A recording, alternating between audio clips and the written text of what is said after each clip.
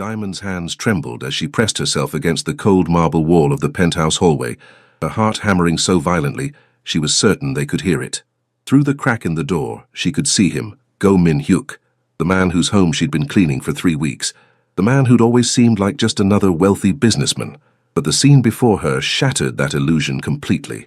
5 men knelt on the pristine white floor, blood trickling from various wounds, while Min-hyuk stood over them with an expression so cold it made her blood freeze. His voice, when he spoke in rapid Korean, carried a lethal calm that was somehow more terrifying than shouting would have been. "You stole from me," he said, switching to English, his accent thick but his words crystal clear. "Did you think I wouldn't find out?" Diamond's phone buzzed in her pocket. Too loud, impossibly loud. Every head in that room turned toward the hallway, toward her hiding spot. Min-hyuk's dark eyes locked onto hers through the crack, and something flickered across his face. Recognition. Then something else entirely. "Bring her to me," he commanded softly. Now. Diamond Wells had learned early that life wasn't fair, but she'd also learned that complaining about it wouldn't pay her bills. At 23, she juggled 2 jobs with the precision of a seasoned performer.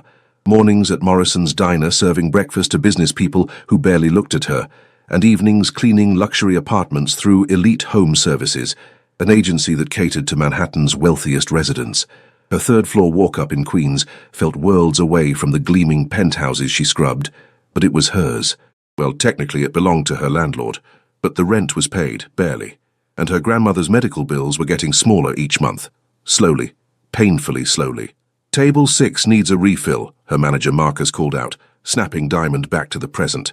She grabbed the coffee pot, plastering on the smile that earned her decent tips, and made her rounds. The diner buzzed with morning energy. Suits checking phones, construction workers joking loudly, students hunched over laptops. Diamond moved through it all with practiced efficiency, refilling cups, clearing plates, existing in that strange space where service workers live, simultaneously visible and invisible. "Keep the change, sweetheart," an older businessman said, leaving a 20 for an $8 check. Diamond's smile became genuine for a moment. Tips like that meant she could maybe, possibly, buy the textbook for her online business course instead of sharing a PDF with 3 other students. By 2 p.m. her shift ended. Diamond changed out of her uniform in the tiny staff bathroom, transforming from diner waitress to professional cleaning service employee with a simple swap of clothes. The Elite Home Services polo shirt was pristine white. She owned 3 and washed them religiously. Appearance mattered in this job. Rich people noticed everything. Her phone buzzed with the day's assignment. Penthouse 4501, 432 Park Avenue. Client, anonymous. Special instructions, discretion required. High-value client. Diamond's eyebrows rose. Park Avenue penthouses meant serious money. She'd cleaned expensive homes before, but this address was next level. The kind of place where doormen wore better suits than most people owned. The building towered above Manhattan, like a gleaming monument to wealth. Diamond approached the entrance, suddenly hyper-aware of her worn sneakers and the small stain on her bag that wouldn't come out no matter how many times she scrubbed it. "Elite Home Services," she told the doorman, who looked her up and down with thinly veiled skepticism before checking his tablet. "4th-floor service elevator. Penthouse 4501. The resident isn't home. You'll have the code for entry." His tone suggested she should feel grateful for this information. Diamond nodded, refusing to let his attitude touch her. She'd dealt with worse. The service elevator was smaller than the main one, but still nicer than most apartments she'd seen. It rose smoothly, silently, and opened onto a private hallway with only one door, a single penthouse occupying the entire floor. The code worked on the first try, and the door swung open to reveal a space that took her breath away, despite her best efforts to remain professional. Floor-to-ceiling windows showcased a view of Manhattan that belonged in magazines. The decor was minimalist, but clearly expensive, all clean lines, dark wood, and subtle Asian influences that spoke of taste rather than showiness, and it was pristine, almost unnaturally so. Diamond set down her supplies and got to work, starting with the main living area. The apartment felt more like a showroom than a home. No personal photos, no clutter, nothing that revealed who actually lived here. Just expensive furniture arranged with geometric precision and art that probably cost more than her entire year's salary. She was dusting a shelf of what looked like first edition books when her phone buzzed. A text from her grandmother. "Doctor called. Need to move up next appointment. They want more tests." Diamond's hand stilled. More tests meant more bills. More bills meant she couldn't think about it right now. One problem at a time. She worked systematically through the penthouse. Living room, kitchen, which looked barely used, dining area, home office. Each space revealed the same pattern. Expensive, immaculate, impersonal. Whoever lived here didn't really live here. They existed here, maybe, but there was no warmth, no life. The bedroom was different. Not messy, exactly, but more lived in. A book in Korean lay open on the nightstand. A jacket hung over a chair, expensive, black, with perfect tailoring. The bed was made with hotel precision, but there was an indent on one pillow, suggesting someone actually slept here at least. Diamond changed the sheets, dusted every surface, cleaned the bathroom until the marble gleamed. She was finishing up when she heard it, the soft ding of the elevator arriving. Her watch showed 6:47 p.m. The assignment sheet had said the resident wouldn't return until after 8. Diamond quickly gathered her supplies, heading for the service exit near the kitchen, but voices stopped her. Multiple voices, all male, all speaking Korean. She shouldn't eavesdrop. She should make her presence known, apologize for still being here, and leave. But something in the tone, hard, dangerous, angry, made her hesitate. Through the partially open bedroom door, she could see into the main living area. 5 men entered first, and Diamond's blood ran cold. 2 had visible injuries, swollen eyes, split lips. They moved with the resigned shuffle of people who knew what was coming and couldn't stop it. Then he entered. Tall, probably 6 feet, with sharp features and dark eyes that swept the room with predatory awareness. He wore all black, dress shirt, slacks, everything expensive and perfectly fitted. His presence filled the space in a way that had nothing to do with physical size and everything to do with power. This was her anonymous client. Diamond knew it with absolute certainty. Go Min-hyuk. She'd heard that name whispered by other cleaners, always with a mixture of fear and respect. Elite Home Services called him high value and requiring discretion. But now Diamond understood what those corporate euphemisms actually meant. She should leave. Right now, immediately. But her feet wouldn't move, and her eyes couldn't look away as the scene unfolded with horrible clarity. Min-hyuk spoke in Korean, his voice low and controlled, but the menace underneath each word was unmistakable, even without translation. The injured men knelt on Diamond's freshly cleaned floor, and she felt a hysterical urge to laugh or cry at how absurd it was to worry about bloodstains in this moment. "You stole from me," Min-hyuk said, switching to English abruptly. His accent was noticeable, but his pronunciation precise. "Did you think I wouldn't find out?" One of the kneeling men started to speak, rapid Korean pouring out in what sounded like desperate pleading. Min-hyuk raised one hand, and the man fell silent immediately. "I gave you opportunity. I gave you position. I gave you trust." Min-hyuk's tone never rose, never fluctuated. Somehow that made it worse. "You repay me with betrayal." Diamond's phone buzzed in her pocket. The sound barely audible, just a soft vibration. Might as well have been a gunshot in the tense silence. Every head turned toward the hallway, toward her inadequate hiding spot behind the bedroom door. Min-hyuk's eyes found hers through the crack, and Diamond felt pinned like a butterfly to a board. His gaze was dark, unreadable, and absolutely focused. For a long moment neither of them moved. Then his expression shifted, just slightly, but enough for her to see surprise, then calculation, then something that looked almost like resignation. "Bring her to me," he commanded in Korean, then added in English, "Now, carefully." 2 men Diamond hadn't noticed before, larger, clearly security, moved toward the bedroom with frightening efficiency. Diamond stumbled backward, her cleaning supplies clattering to the floor, her mind screaming at her to run even though there was nowhere to go. "Please," she managed, her voice shaking. I didn't see. Don't lie to me." Min-hyuk's words cut through her panic. He hadn't moved from his position, but his attention was entirely on her now, those dark eyes cataloguing every detail. "You saw. The question is what I do about it." The security guards flanked her, not touching but making it clear that running wasn't an option. Diamond forced herself to straighten, to meet Min-hyuk's gaze directly. If this was it, if her life was about to end in some rich criminal's penthouse, she wouldn't go out cowering. "I'm a cleaner," she said, pleased that her voice only shook a little. "Elite Home Services sent me. I was supposed to be done before you got home. Your name?" "Diamond. Diamond Wells." Something flickered in his expression. "Diamond," he repeated, as if testing the word. Then, in Korean, He issued a rapid series of commands. The injured men were hauled to their feet and dragged toward the service entrance. The security guards remained, watching her with professional detachment. Min Hyuk approached, each step measured and deliberate. He stopped just outside her personal space, close enough that she could smell his cologne, something expensive and subtle but not close enough to touch. His eyes traveled over her face with an intensity that made her skin heat, despite her terror. "You're a student," he said, not a question. Diamond blinked. "How did you—" "Your bag. University textbook visible." He gestured toward her cleaning supplies where her backpack had fallen open, revealing her business management text. "You work 2 jobs to pay for school. You send money to family. You're tired, but you don't complain because complaining doesn't pay bills." The accuracy of his assessment left her speechless. "I'm right." A slight curve touched his lips. Not quite a smile, but close. "Yes," Diamond admitted, unsure what else to say. Min Hyuk studied her for another long moment, then turned away, moving to the windows overlooking the city.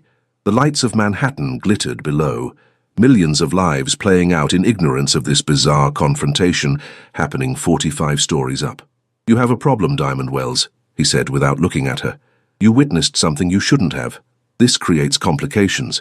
"I won't tell anyone." The words tumbled out desperately. "I swear, I need this job. I can't afford. I have student loans and my grandmother's medical bills and—" She stopped, realizing she was babbling. "You think promising silence is enough?" Now he did turn, and his expression was cold again. "You think I can trust the word of a stranger who happened to be in the wrong place at the wrong time?" Diamond's throat tightened. "Then what do you want from me?" The question hung in the air between them. Min Hyuk tilted his head slightly, considering her with that same unreadable expression. When he finally spoke, his words weren't what she expected. "You'll continue cleaning my apartment, twice a week, as scheduled, but you'll report only to me. No discussion of what you saw, no police, no friends, no family, complete discretion." "That's it." Diamond couldn't keep the skepticism from her voice. "That's it," he confirmed, then added, "For now." Those last 2 words sent a chill down her spine. But what choice did she have? Diamond nodded slowly. "Okay, yes, I can do that." "Good." Min Hyuk pulled out his phone, typed rapidly, and hers buzzed a moment later. "My private number. You'll text me when you arrive and when you leave, every time. If you're even 5 minutes late without explanation, there will be consequences." Diamond looked at the number on her screen, reality crashing over her in waves. She'd just agreed to work directly for a criminal, a dangerous one, the kind who made men kneel and bleed on expensive floors. But she needed the money, desperately, and refusing wasn't really an option, was it? "I understand," she said quietly. "Do you?" Min Hyuk stepped closer again, and this time he did enter her personal space. Diamond's back hit the wall, and she realized he'd been herding her there. His hand came up and she flinched, but he only tucked a stray curl behind her ear with surprising gentleness. "You're afraid of me," he observed. "Good. Fear keeps people alive, but you're not running. Also good. I respect courage." His touch lingered for a heartbeat longer than necessary, and Diamond felt her pulse skip in a way that had nothing to do with fear. Up close, he was devastatingly handsome, sharp cheekbones, full lips, eyes that seemed to see straight through her. Dangerous in an entirely different way than she'd first thought.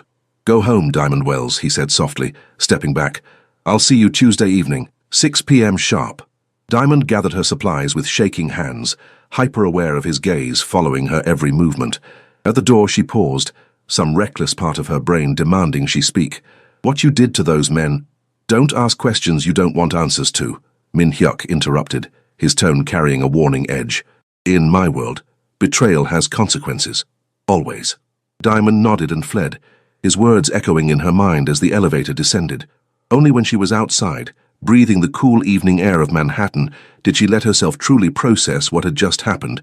She'd witnessed a crime. She'd been caught by a mafia boss, and instead of ending up like those bleeding men, she'd somehow been given a job offer. Her phone buzzed again. A text from the number Min Hyuk had sent. "Tuesday, 6 p.m.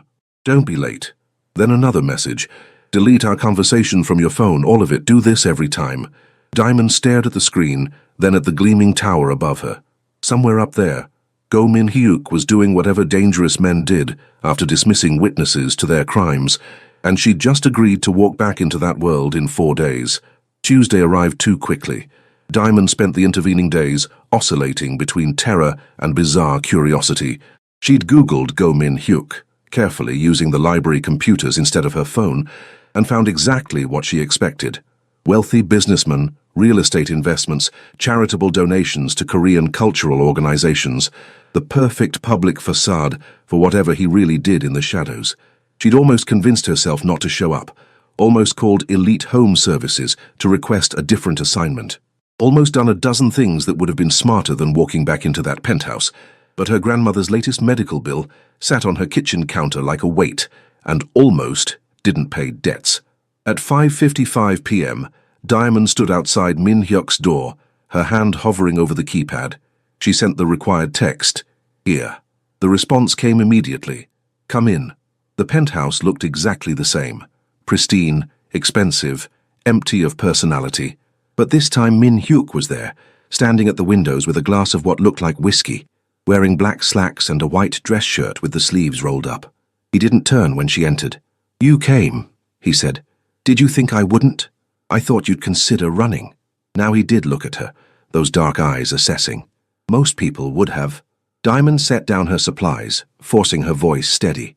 "Most people don't have my bills." Something that might have been respect crossed his features. "Practical. I appreciate that." He moved to the kitchen island, setting down his glass. "Before you start cleaning, we need to establish some rules." "More rules?" "Many more." He counted them off on his fingers. 1. You arrive exactly on time. 2. You text me when you arrive and leave. 3.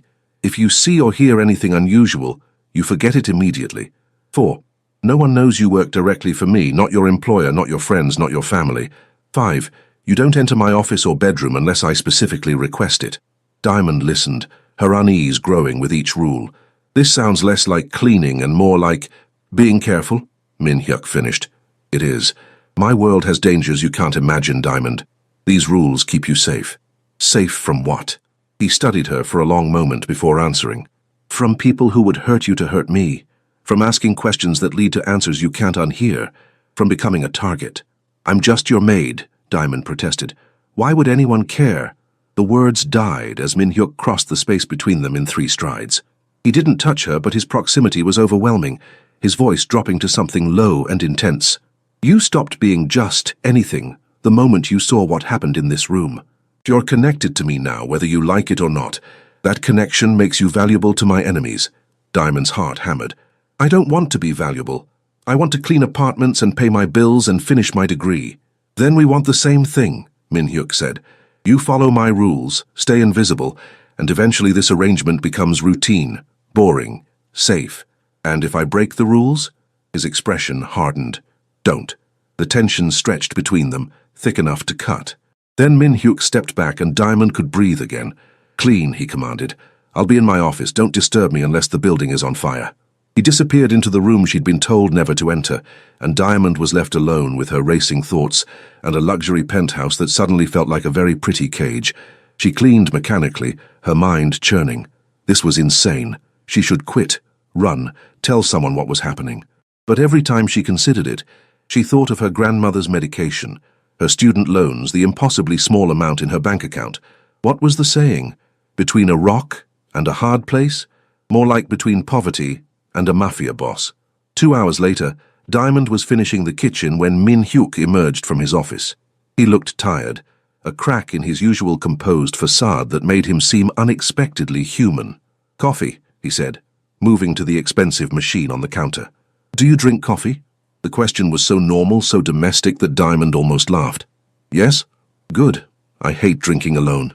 He made 2 cups with practiced efficiency, sliding one across the marble counter to her. "Sit." Diamond perched on a bar stool, hyper-aware of the situation's absurdity. Drinking coffee with a crime lord in his penthouse kitchen at 8 p.m. on a Tuesday, her life had taken a sharp left turn into bizarre territory. "Tell me about your grandmother," Min Hyuk said, catching her off guard. "Why do you want to know?" "I'm curious." He sipped his coffee, watching her over the rim. "You work yourself to exhaustion for her. That kind of dedication is rare." Diamond hesitated, then decided honesty couldn't hurt worse than the situation she was already in. "She raised me after my parents died. Car accident when I was 7. She's all I have." Min Hyuk's expression shifted subtly. "Family is important. Is that a Korean thing or a mafia thing?" The words slipped out before Diamond could stop them. To her surprise, Min Hyuk smiled, actually smiled, and it transformed his face completely. Both. In my culture, family obligation is everything. In my business, loyalty to your family, your organization keeps you alive. Is that why those men— Diamond stopped herself. Why they were punished? Min Hyuk finished calmly. Yes, they stole from their family, from me. That betrayal cannot stand unpunished, or others will think weakness. That's harsh. That's survival. He set down his cup, his gaze intense. In your world, Diamond, you follow rules set by society, by law, by institutions. In my world, we make our own rules, break them, and the consequences are immediate and severe. It's not pretty, but it's honest. Diamond absorbed this, trying to reconcile the man who terrified her days ago with the one currently discussing philosophy over coffee. Why are you telling me this? Because you're curious, because you're not stupid enough to pretend you don't have questions, and because— He paused, something unreadable crossing his features. Because I want you to understand. Understand what? That I'm not a good man, but I'm not needlessly cruel. That my world has logic, even if it's not yours. That you're safe as long as you're under my protection. The weight of that last statement settled over Diamond like a blanket, simultaneously comforting and suffocating. Her phone buzzed. A text from her grandmother. Feeling better today. Don't worry about me, baby. Focus on your studies. Min Hyuk glanced at her screen before she could angle it away. The doctor appointment, how did it go? Diamond stiffened. How do you know about— I know everything about people in my life, he said simply. It's necessary. So, the appointment? She should be angry about the invasion of privacy. She should demand he stop whatever surveillance he'd clearly started. Instead, Diamond found herself answering honestly. They want more tests, probably more bills I can't afford. Min Hyuk pulled out his phone, typed rapidly. Hers buzzed again, a notification from her bank app. Diamond's breath caught as she saw the deposit amount. That's too much, she whispered. Way too much. I can't— You can and you will. His tone brooked no argument. Consider it a bonus for your discretion. Use it for your grandmother's care. Tears burned Diamond's eyes unexpectedly. Why are you doing this? Min Hyuk stood, gathering their coffee cups, his expression unreadable again. Because I can. Because your loyalty has value. Because— He stopped, meeting her gaze directly. Because something about you interests me, Diamond Wells. I haven't decided if that's good or dangerous yet. For you or for me? Both, he admitted. Now go home, same time Thursday. Diamond gathered her things in a daze, that impossible deposit still glowing on her phone screen. At the door, she turned back. Thank you, she said quietly. Min Hyuk nodded once, and Diamond could have sworn she saw something almost vulnerable flicker across his face before his mask slammed back into place. Over the next 3 weeks, a strange routine developed. Diamond arrived twice weekly, cleaned Min Hyuk's penthouse with meticulous care, and tried to ignore how her pulse quickened whenever he was home, which was increasingly often. He'd started timing his schedule to coincide with her visits. Sometimes he worked in his office with the door open. Sometimes he sat at the kitchen island with his laptop, conducting business in Korean while she cleaned around him. Sometimes he just watched her with those dark, unreadable eyes that made her skin prickle with awareness. They talked about small things at first, her classes, his preference for Ethiopian coffee beans, whether New York or Seoul had better street food. But gradually the conversations deepened. He told her about growing up in Seoul, about the pressure of family expectations, about coming to America at 19 and building his empire from nothing. He didn't tell her exactly what that empire consisted of, but Diamond wasn't naive. The visits from dangerous-looking men, the conversations in Korean that stopped when she entered rooms, the way he carried himself with the absolute confidence of someone who controlled life and death, it all painted a clear picture. Thursday evening, Diamond was dusting the living room when raised voices erupted from Min Hyuk's office. She froze, her hand still on the bookshelf, as the door flew open and 3 men stormed out, speaking rapid, angry Korean. Min Hyuk followed, his expression thunderous. "Get out," he said in English, clearly for Diamond's benefit. "All of you. Now." The men left, one shooting Diamond a look that made her blood run cold. When the door closed behind them, Min Hyuk poured himself a drink with barely controlled violence. That looked intense, Diamond ventured carefully. Business disagreement. His knuckles were white around the glass. Nothing that concerns you. If people are going to look at me like that, maybe it does concern me. Min Hyuk's head snapped up, and for the first time, Diamond saw real anger directed at her. What did I tell you about asking questions? You told me not to ask about things I saw. I'm asking about the man who just looked at me like I was a problem to be eliminated. The silence stretched taut between them. Then, unexpectedly, Min Hyuk laughed, a harsh, humorless sound. You have courage, I'll give you that. Foolish courage, but courage nonetheless. Who was he? Park Jae-won, second in command of the Baek family, a rival organization. Min Hyuk set down his glass with careful precision. We're negotiating territory disputes.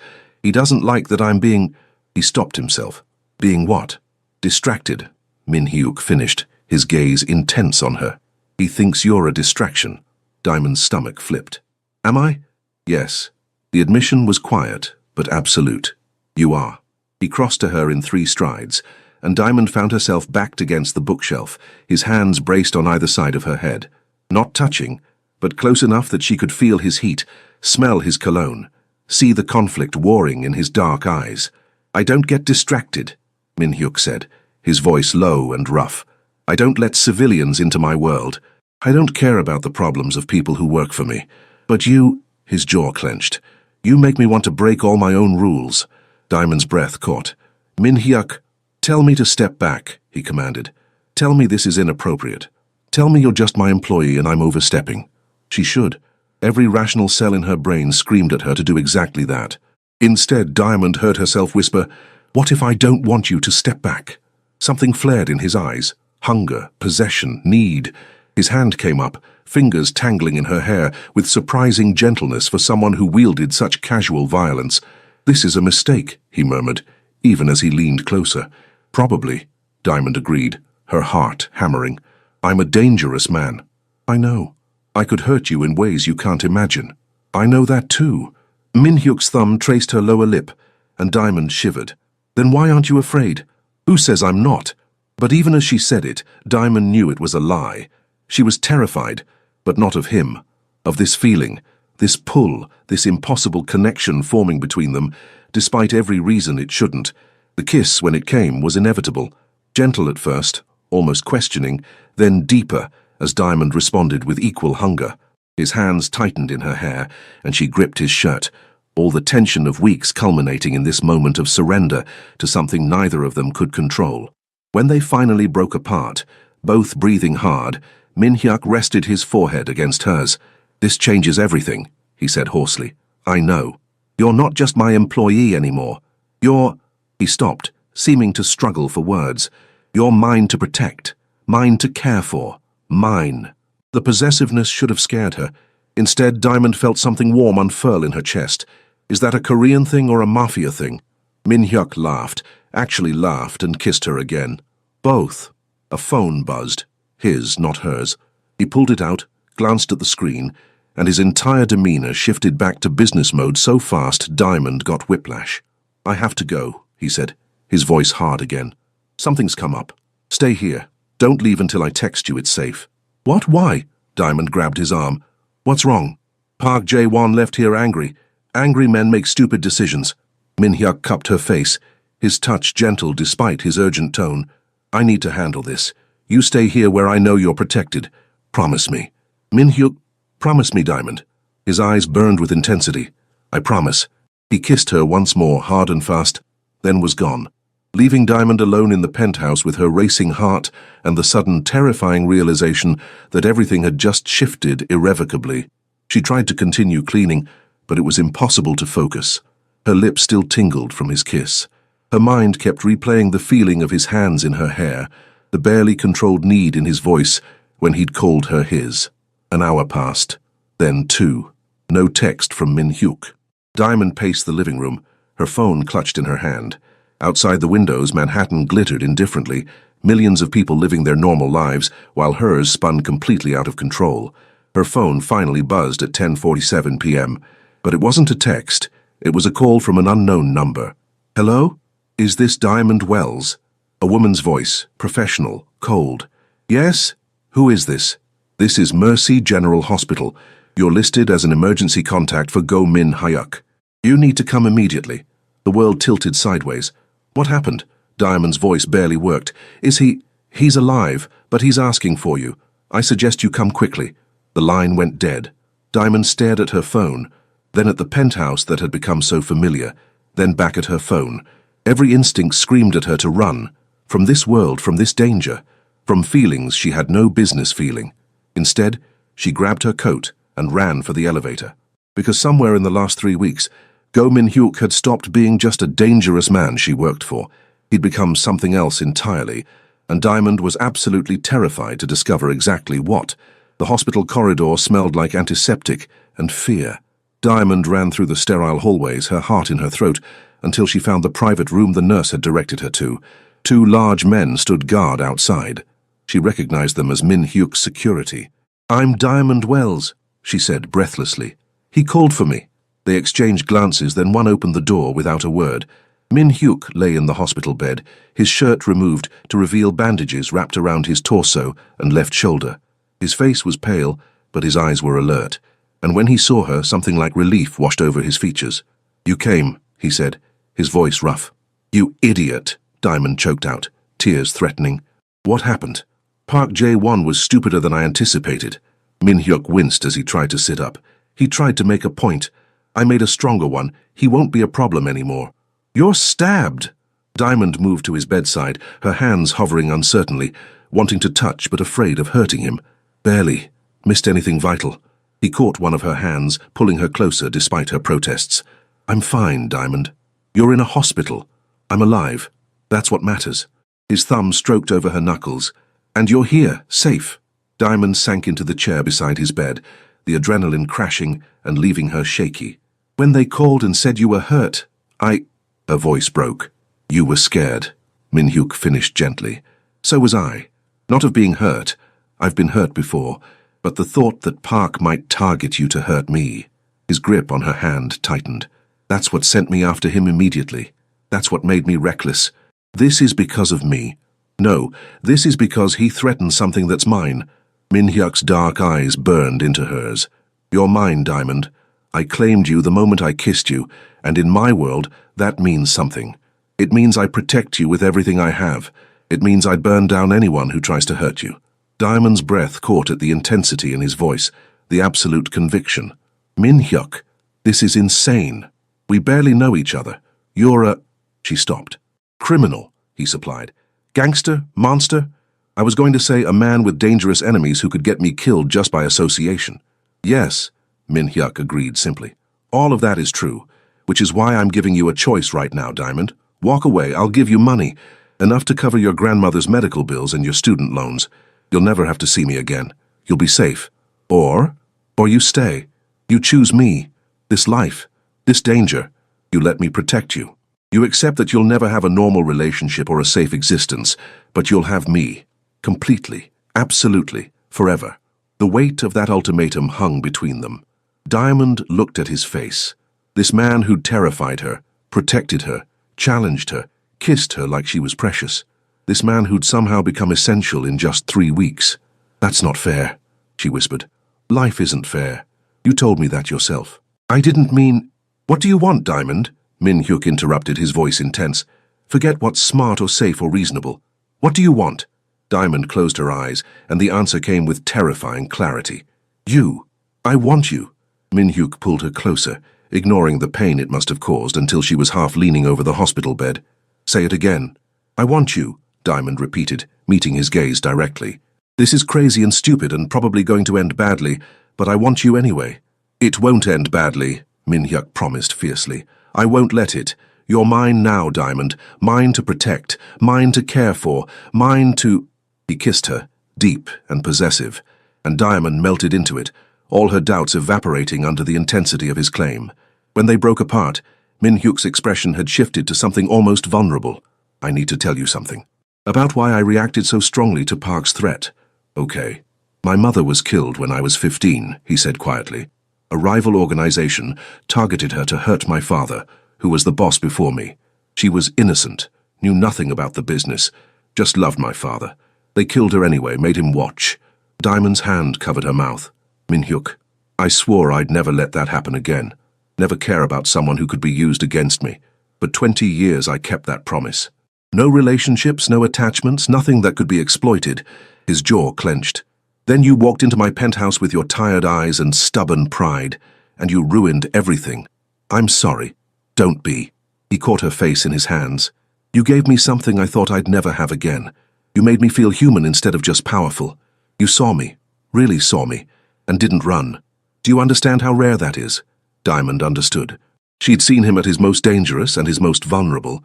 She'd witnessed his violence and his gentleness, and somehow, impossibly, she'd fallen for all of it.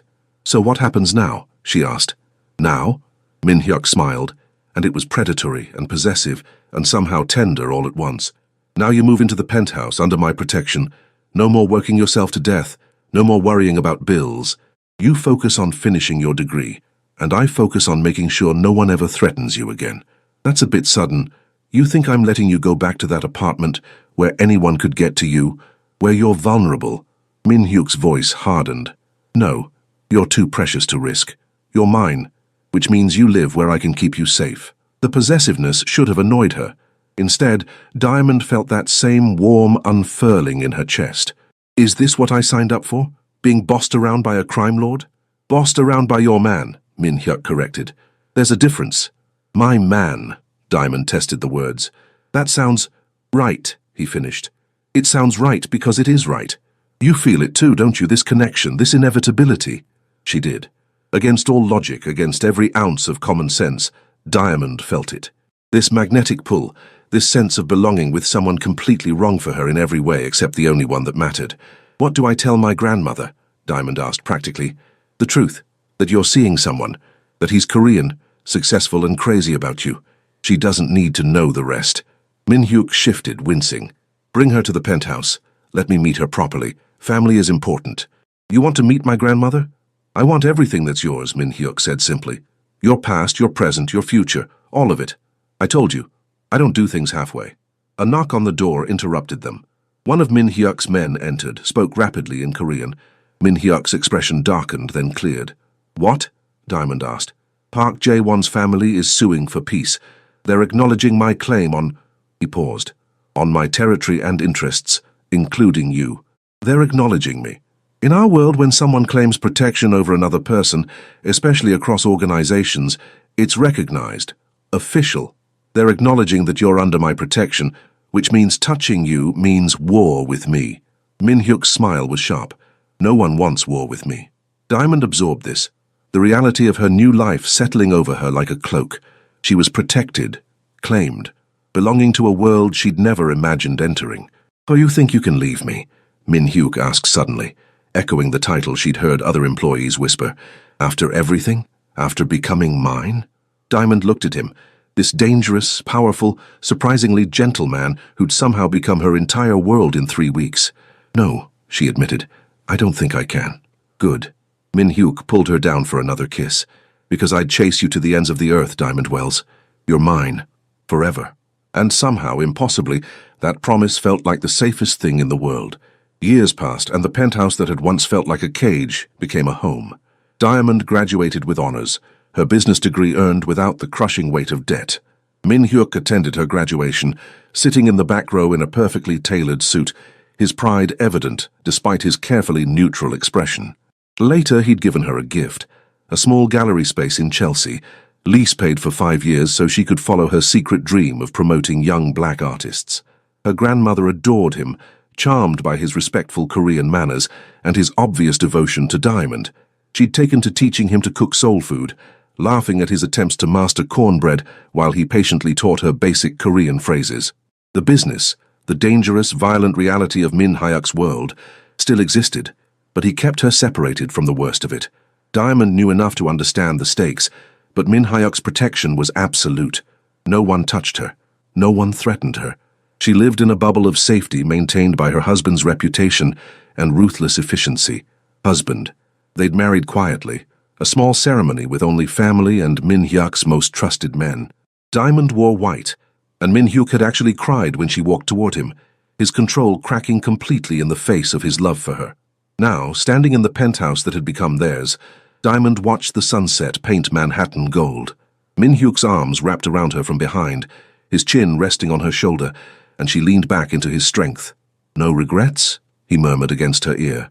Diamond thought about the scared girl who'd witnessed a crime and been caught, who'd been given an impossible choice, who'd chosen danger and love over safety and loneliness. Not even one, she said honestly. Min Hyuk turned her in his arms, his dark eyes soft with the vulnerability he showed only to her. "You're mine," he said. "Not a claim, but a promise." "Forever," Diamond agreed, kissing him as the city lights began to twinkle below. Some love stories start with chance, some with conflict. Theirs started with danger. But they all ended the same way, with two people finding home in each other,